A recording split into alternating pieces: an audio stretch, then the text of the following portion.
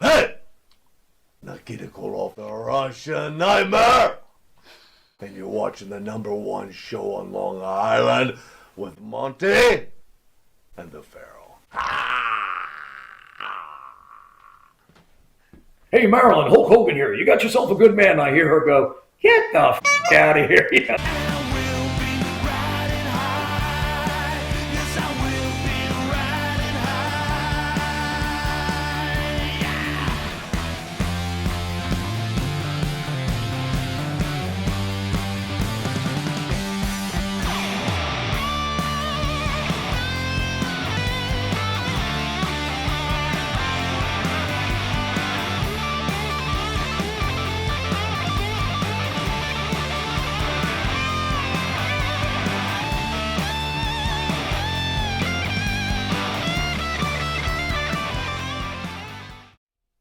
All right, welcome back to Long Island's #1 pro wrestling broadcast, Monte and the Pharaoh, where we're welcoming our special guest, Mr. Lance Oram. Lance, how are you, sir? All right, guys, how we doing? Do you have a right to look into people who still wear fanny packs, though? That's a big deal, and it really should be against the law at this point. Yeah, how do you pat down those fanny packs? Well, the scary thing is, I've been retired like 11 and a half years, and they were almost still in fashion before I left. So, I think if I stopped somebody today and they had a fanny pack on, they'd already have a strike against it. Let me ask you, not to make this about Eric Sims, but Eric obviously hooked us up with you, which we thank him for. Yeah. But when he came and visited you with his family, were you embarrassed that this guy comes visit you with a fanny pack on? Be honest with you, the trained observer that I am, I don't remember him having a fanny pack, but Okay. no, he was. When they first told me, they came in the back to get me because it's a big nightclub restaurant. And they said, this guy out front looking for you. And I didn't, I said, who? I figured it was some friend, some hanger-on that wanted to use my name to get in for free or something. They said, Eric Simpson. I paused for a second. I'm like, oh, yeah, that guy. And I hadn't met him yet. So, no, he was very nice, and it was a pleasure meeting him. I hadn't met him yet. So what's a hanger-on trying to get in for free? They're like, some dude with a fanny pack is here. You're like, what? And they're like, what? Strike one. Anyway. They would have probably, whoever came back and told me, I think it was one of the bouncers, they would have delivered it up a little differently if the guy was wearing a fanny pack. They said, hey, one of your close associates is here with a fanny pack. So, I would have been prepared. Who is Lance Oram? Lance Oram's an old guy right now, and back in the day, I did 25 years in the state police. I graduated the academy in January of '86. I retired in February of 2011, and it was a great run. Had a lot of great experiences, met a lot of awesome people, had a lot of weird happen. And today, I don't think I'd want to do the job today, but I would never discourage any young person that comes up to me and asks me, what do I think? Should they think they want to be a cop, a trooper, whatever? I said, yeah, no, go for it, because the world's constantly changing. It's always peaks and valleys. So, God, if they choose that path. How hard has it been watching how cops have been It's portrayed? disgusting. Everything with this country is just disgusting anymore. I'm just so fed up, and I'm sure I speak for 95% of all cops and troopers, and we don't get it. I mean, I was in the military before the state police. I was in the military for 4 years. I just don't understand anything about today. The youth, the dumb youths I deal with at the nightclub I work at, I just want to slap their parents. I don't get anything. Yep, I can see that. You had some experience with Hector Macho Camacho, I believe? Yeah, well, that was probably not within the same year or within a year after the incident with the Sheik and Hacksaw. We were at, I don't know if you're familiar with the Garden State Parkway around exit milepost 82. There's like a little substation there, little building in the middle of the north and south. It's called Pleasant Plains. And I was in there with like 3 or 4 other troopers. We were just figuring out where our next assignment was going to be for the day. And all of a sudden, like a Lamborghini pulled in, and I'm like, "Look at this car! What does this guy want?" And the doors open from the side there, like the wingtip doors. it was a Lamborghini, maybe it was a Lotus, whatever it was, out of my pay grade. And this little dude gets out and he's covered in gold, and one of the troopers go, "Ooh, who's this bag?" And all of a sudden he jumps out and he's got the big macho and gold, medallion on. And I look and I go, "Holy shit, macho, Camacho." And he goes, "Hey, troopers, what's up? What's up?" He goes, "Which way is New York?" Just fucking around. And so he came over, chatted us with us for a while, took some photos, and he was really a nice guy. I think he wanted to meet us. He saw us standing there. I think he just wanted to pull in, and he certainly loved the celebrity, and he was probably in his peak back then. So it's a shame he passed too, but he went down bad road, I guess. But Yeah. he was pretty funny that day. He just caught us off guard, All right, Lance, let's do it. On May 28th, 1987, the wrestling world was turned upside down. So tell us, the cop who killed Kayfabe, if you can, what went on that day, coming from your eyes, please. Sure. So anyway, as I stated earlier when we were having a little pre-meeting, that day, this is 35 years ago. I had I think 15, 16 months on the job at the time. So I was a fairly young trooper. And myself and another trooper were heading northbound on the Parkway, going to a detail. And, I saw a troop car making a stop southbound in the median. And you always back up, another police officer when you see him on a stop. So, we slowed down, we rolled over, and I looked, and I can remember distinctly. It's hard to remember much about that day, but I remember as the driver, I guess was Hacksaw, exited the vehicle. I saw the vehicle raise up 3 inches. And I'm like, oh, look at the size of this guy, And then Sheik got out of the passenger side, I believe. And so myself and the other trooper that was following me, we get out of our cars and we go walking over. And I knew the trooper who stopped them. He said that they were Pete Brancotti, great guy. I called him. I actually reached out. I hadn't talked to him in years. I reached out for him to see if he wanted to participate in this interview. And he was like, he's a very humble, laid back guy. He said, "No, I'm good." He goes, "But, tell him I said hi," or whatever. So I said over to him, I go, "What do you got going on here, Pete?" He goes, "This knuckleheads just went by me drinking a beer." And he goes, "And I smell weed coming out of the car." And I go, "All right." So now they're getting out of the car, and I'm looking at him, and I'm looking at the Sheik. And I kind of recognize him. And I'm like, I know this guy from somewhere, And so he said, "Do me a favor, keep an eye on them. I'm going to, check the car further." So as I'm looking at him, and I look at him, I go, "Iron Sheik?" And he turns around, he goes, "Yes, sir, yes, sir." And he thinks now we're buddies. He starts coming towards me. I go, "I don't want to shake your hand, bro. I just want an ID, So just around that time, the other troop, he finds the Sheik's, Aladdin booties, those curly Q booties, and I guess they're in the back seat. He turns them upside down. He goes, "Hey, Sheik, I guess these belong to you." And turns them upside down, and an 8-ball of Coke falls out. So I'm like, "Oh, Sheik, you're in trouble now." So, and basically, he cuffed them, and, we made sure they were secure, and that was the end of my participation in that story. But right before we put the cuffs on them, I had an old Polaroid in my car, old Polaroid camera with it, shoots out the picture. And, it's BC, before cell phones. And I said, "Hey, Sheik." And he didn't realize he's under arrest yet. And that's when I took that picture. And then the next thing you know, "Okay, you're under arrest." And he was like, "What?" And Wow. so unfortunately, and in retrospect, and as I said earlier, all these years later, looking at it, through today's lens, and in a much more mature perspective, I feel bad, as far as I can tell, it kind of ruined these guys' lives. And yes, they're absolutely wrong. And, they got to be punished. But unfortunately, and then I found out subsequent after that, when I just talked to the other trooper last week, he said the next day he went to work and all the news stations were out in front. And he was like, "Holy," and he tried to just get in and get out and get on the patrol, and his sergeant made him go out and give an interview. So that's when I think it really broke loose at that point, because the word got out. Are you amazed all these years later, the impact of this one particular day?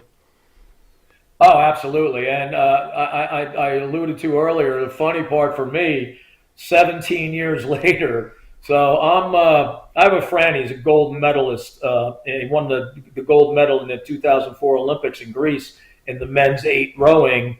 One of the few times America ever won the gold medal in the men's 8 rowing. Okay. And he got invited to Monday Night Football in the owner's box. So I think like Leon Hess owned he owned the Jets back then. So it was Monday Night Football, Jets in Miami.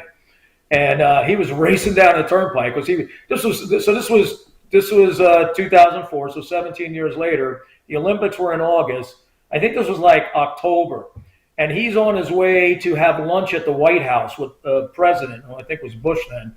And he calls me in my office. He goes, "Hey, bro," he goes, "I'm running late." He goes, "I'm flying down the turnpike. I got to be at the White House for lunch." I go, "Oh, life's real tough, isn't it, buddy?" He goes, "Yeah." He goes, "Listen, if I get pulled over, can I use your name?" I said, "Yeah, no problem. Just call me." And of course, we have cell phones now. So he goes, "Yeah, check it out. I was in New York this morning shooting a commercial for the next Olympics," because New York was throwing her hat into the ring, to all the countries and states. They all lobbied to host the Olympics. Oh, yeah. And he said all the gold medalists were in New York. He goes, "I met this hot chick. She's some kind of VIP person with the Jets. She invited me to Monday Night Football." I go, "You bastard." I go, "Life is real tough." And he goes, I got 2 questions. I go, "Does she have a friend, and can you bring a friend?" He's like, "Let me call you back." So he calls me back in 10 minutes. He's like, "Dude, you're in." He goes, "Can you get us parking?" I go, "Oh, yeah, I'll get us parking at Giant Stadium." So off we go to Monday Night Football, and we're in the owner's box. And again, 50-yard line. I mean, I've never been in a box before, much less the owner's box. Sure. And it's all, filthy rich people. I was the dumbest, poorest guy there. All the foods, shrimp cocktail, Chateaubriand, a bar, hot waitresses. I go, "This is awesome." I'm not even watching the game. I don't give a about the game. I don't like the Jets or Miami. And so all of a sudden, like 15 minutes or so into the game, in walks Hulk Hogan and his wife and his daughter. And my friend, elbows me, "Look, Hulk Hogan." Now, prior to this, he was the biggest celebrity in the box. I mean, of course, it was all millionaires. But all the millionaires wanted to meet my friend because he had to wear the gold medal. That was the deal. You have to wear the gold medal to get in the box. So they're all shaking his hand. "Oh, gold medalist." And he's introducing me as his chief of security. I'm nobody. I'm just eating all the shrimp cocktail I can and drinking their beer. So, all of a sudden Hulk Hogan walks in, and he's like, now all these all these filthy rich people are tripping over themselves to shake Hulk Hogan's hand.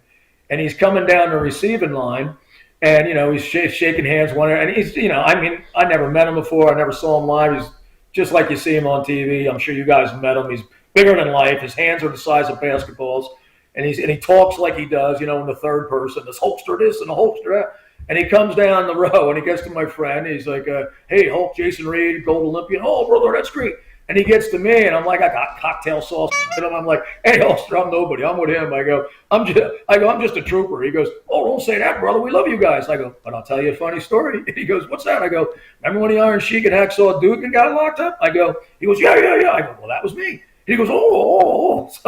So all right. So the fanfare settles down a little bit, and we all go to our separate areas and started watching the game a little bit. Now, unbeknownst to me, because I wasn't watching the beginning of the game, his daughter sang the national anthem. So I guess Fox and ESPN, whoever the channels were, converged on him because his daughter just started a reality TV show or something about Brooke Hogan or something. So they all converged on him to ask him about, his daughter, yada, yada. And he must have sent out get well and best wishes to Vince McMahon, because Vince McMahon apparently just had surgery and was in a hospital recovering from surgery. Okay. So, all right, fast forward back to present. We're in the box 15, 20 minutes ago. He comes over, and I'm sitting there, and he puts his hand on my shoulder. He's like, "Hey, brother, can I talk to you for a minute?"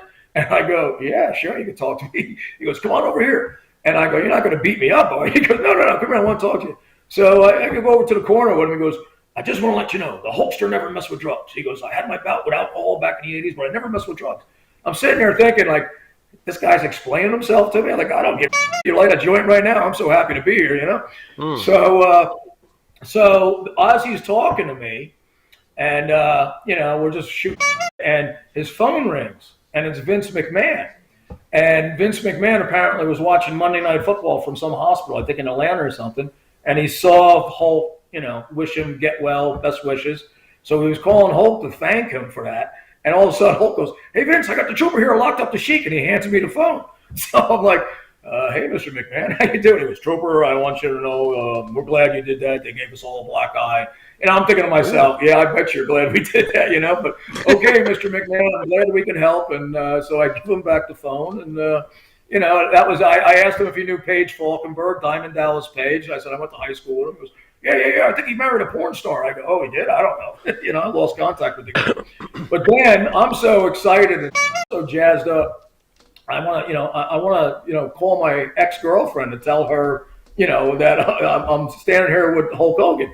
And I go, Hulk, would you say hi to somebody for me? Yeah. So I get her on the phone, and she's already pissed at me because, I'm at Monday Night Football in the owner's box with the Olympian, and she's not there. Yeah. And I get her on the phone. I go, Marilyn, I'm in the owner's box. I got somebody here who wants to say hi.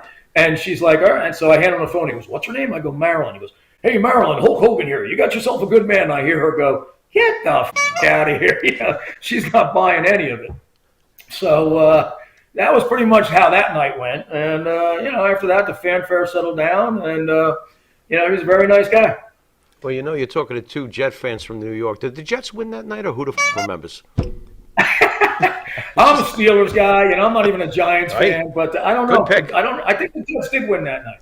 Oh, there we go. You mentioned earlier that you kind of felt bad after knowing what happened. Duggan, who's come publicly saying that kind of ruined his career, right? Because he was at that point getting a really major push. And so here's my one question was, as a trooper, are you allowed to go in the car and look through the boots of the Sheik? I didn't understand how you were allowed to search the car. Okay, well, it's a good question. First of all, long after that date, sometime probably in the mid to late 90s, they came out with, consent decrees, consent searches where you had to get permission, to search a vehicle. And if, most of the time, we're not going to search your vehicle for no reason. The trooper smelled the weed. He might have seen it in plain view. I don't even remember. I think Hacksaw had weed on him, but they were probably just got done burning one. And I got these guys off to the side. I'm keeping an eye on them while the other trooper's looking in the car. So I can only assume that he saw the boots, the Aladdin boots. Probably saw a plastic bag sticking out of them or something. I can't articulate absolutely what happened, but we were totally within our right. At that point, we had probable cause, There's open containers of alcohol, there's weed. So, yeah, we're going to look in your car. Did you sense for even 1 second, I'm just curious, that they might not cooperate when they were placed under arrest? Yeah, I never got that feel. And then, Good. Another Good. Trooper rolled up. And like I said, the three of us are out there now. So two of us are watching these guys. Again, it was so long ago. I do remember, I don't want to say, fear, but certainly remorse across, their faces like, oh boy, we're, and and consequently they were, no time did they resist or, be getting nasty or anything like that. Okay. Was there any point where Duggan might have said, hey, please don't do this, you're going to f*** up my career, like begging? I don't recall that. I would imagine that was a conversation that was probably had in the troop car when he was transporting them. I don't recall him really saying much at all. And, except, oh, geez, kind of, remorseful kind of thing. But no, I don't recall them trying to use, again, when I positively ID'd the Sheik, and he's like, oh, yes, sir, with that accent. And I guess he thought that was going to, levy the pool there, but unfortunately that wasn't the case. He didn't say I was WWF champion like 75 times? Nothing like that? No. He's been known to do that. That's why I was just asking, because he's been known to drop that. No, they did not. Okay. They did not, to me, that I recall, 35 years ago, I don't remember them at all trying to get out of it at that point. I think they were hoping, that given who they were, that we'd slap them on the wrist. And you know what? It wasn't my call. I wasn't the trooper that stopped them. I wasn't the arresting trooper. I was simply the assisting trooper. And plus the other guy was senior to me anyway. So whatever he wanted to do, we're doing. So let me ask you this. Would you have let them go if it was you being the arresting officer? 1987. Today, yeah. I wouldn't have let them go. I would have transport. I can't let them drive away now because they today. I mean, weeds is nothing. Slap on the hand. Drinking and drive is still a big deal. But they didn't appear, to me, visibly impaired. I mean, like it's not like they were stumbling, stupid, drunk. Of course, on them they have no choice. Right. But once you find the cocaine, I don't know. I don't think I could have let it slide on that. Right. So B40 out there is kind of stealing my thunder, but I'm going to give him credit for this. So story goes, they get arrested. They're like, you know what? No one's going to know about this. We're going to, pay a fine, and we're on our way. Who leaked the info to the press out of your office? Again, as I said earlier, all I know is when he transported them back to the station, I'm sure he processed them, under the normal condition, procedurally went through the numbers. They didn't get a DWI, so clearly they weren't drunk. I don't know exactly what they were charged with. I never saw the report. I never followed up with it. But they told me the next day, I don't know who leaked it. Something like that happens, I guess, hey, look who's in the holding cell. Hey, before you know it, telephone, teletype, teletrooper. We have a saying, But you agree under normal circumstances, if you had caught me and Pharaoh in a car and that happened, it wouldn't make the press. It's pretty much a misdemeanor, right? Today or back then? Back then. No, I mean, cocaine was not a misdemeanor back then. I mean, it was, and I think there was like an 8-ball, so right. Yeah. So and even marijuana back then. I mean, you can be driving under the influence for drugs or alcohol. Yeah, so but obviously to prove marijuana, you'd have to take blood, to prove that you're over a certain limit. Or just by your psychophysical exam, if you're stumbling. But again, these guys, I don't recall them, being. I mean, they just got a car at Newark Airport. I think the backstory. The backstory I read about, which I didn't know at the time, was like I think Hacksaw rented a car. He offered the Sheik a ride or something, and everybody's all up in arms because they're supposed to be, enemies on the way to some kind of match in Convention Hall. So I think that kind of like upset the apple cart. For sure. So let me ask you this then. Mitch Seinfeld's asking, so if it's a felony, how quickly were they released? Because they made the next show with no issue. It's a good question. I mean, they were probably ROR'd, released on their own recognizance. We did a thing called a green sheet. They get a, court appearance set.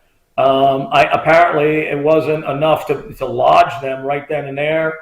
Maybe somebody, made a phone call. Maybe I don't know. I don't know from the time they were cuffed and transported until, now, I don't know any more that happened except talking to the other trooper last week when he, told me the story about, taking them back and, the press being there the next day. So, I mean, you understand where I'm coming with that. That's why I didn't mean to say misdemeanor, but I'm thinking this must not be big of a crime because they didn't spend any night in jail. I'm with him. They were released quickly. I'm with him. I think that there might have been a phone call, but all we can do is speculate. That's what I think. Yeah. I can't say for sure. I wish I knew the answer to that. Pete, if you're watching this, give me a call. Let me know. Yeah. But I don't know. I mean, like, and I agree with you. Today, definitely you would be, released, unless you're resisting arrest or other, mitigating circumstances involved. To hammer home your point about the marijuana, back in the late 80s, my friend went to court for a roach. You could get in big trouble for pot back in the 80s. Yeah, so absolutely. It was all pretty heavy, potentially. It was a different world, Yeah, it was. I mean, it was. The amount of pot I smell every night working at the bar, people on the beach, on the boat. I said, Pete, whatever did happen, you transported them back. And I think Hacksaw Dugan's father was a sheriff or something. I think his father was in law enforcement. And I think he might have brought that up, and the fact that, he took them back, he processed them, and then the next day he went to work, and that's when all hell broke loose with the TV stations and stuff. Now, do you keep those boots as evidence? Were those boots held as evidence? That's a good question. They probably did temporarily keep them as evidence because, that's continuity of evidence, we call it. That's, where they were stored or where it came from. It was a rental car, so I don't know if they impounded the car or had the rental. I don't really have any other facts for you guys. I wish I did. I All was I just can saying, tell you is if you could have got your hands on those boots and kind of they disappeared out of your evidence room, you could have had some real Boy, money could right you there. sell that for a fortune. you got some explaining to do. comes with coke resin at the bottom of the heels. It would be worth a fortune. Maybe that's why the Sheik was maybe lighter on his feet. I don't know, but I'm sure he wore them that day at Convention Hall. Oh God. Fans are saying out there that Duggan's father is a chief of police in Glen Falls. So Okay, was that it? you've had a good career. You're still living life.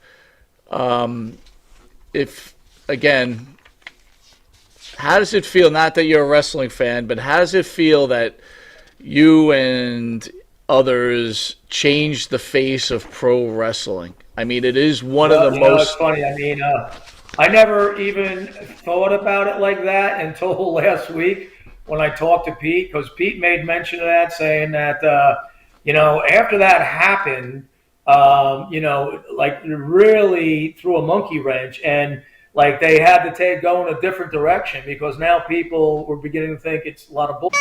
Like these guys are mortal enemies. They're going to some kind of tag team grudge match, whatever they were doing, and here they are sharing a car, sharing some weed, sharing a drink. And again, didn't they bring the Sheik back as Colonel Mustafa or something like that? They did. Yes. Yeah. So I mean, obviously we didn't. I guess we took them out of the fast track, but we didn't. Their career totally did bad. I mean, they were still involved, and again, Vince McMahon talking to him and said, "Oh, yeah, they gave us all a black eye," and I'm thinking to myself, "You brought him back. It couldn't have been that much of a black eye, but what do I know?" Now hold on, I got to point this out. Duggan is saying that this incident wrecked him, right? This is 1987, right? Correct. Let me ask you a question. Who was the winner of the very first ever Royal Rumble?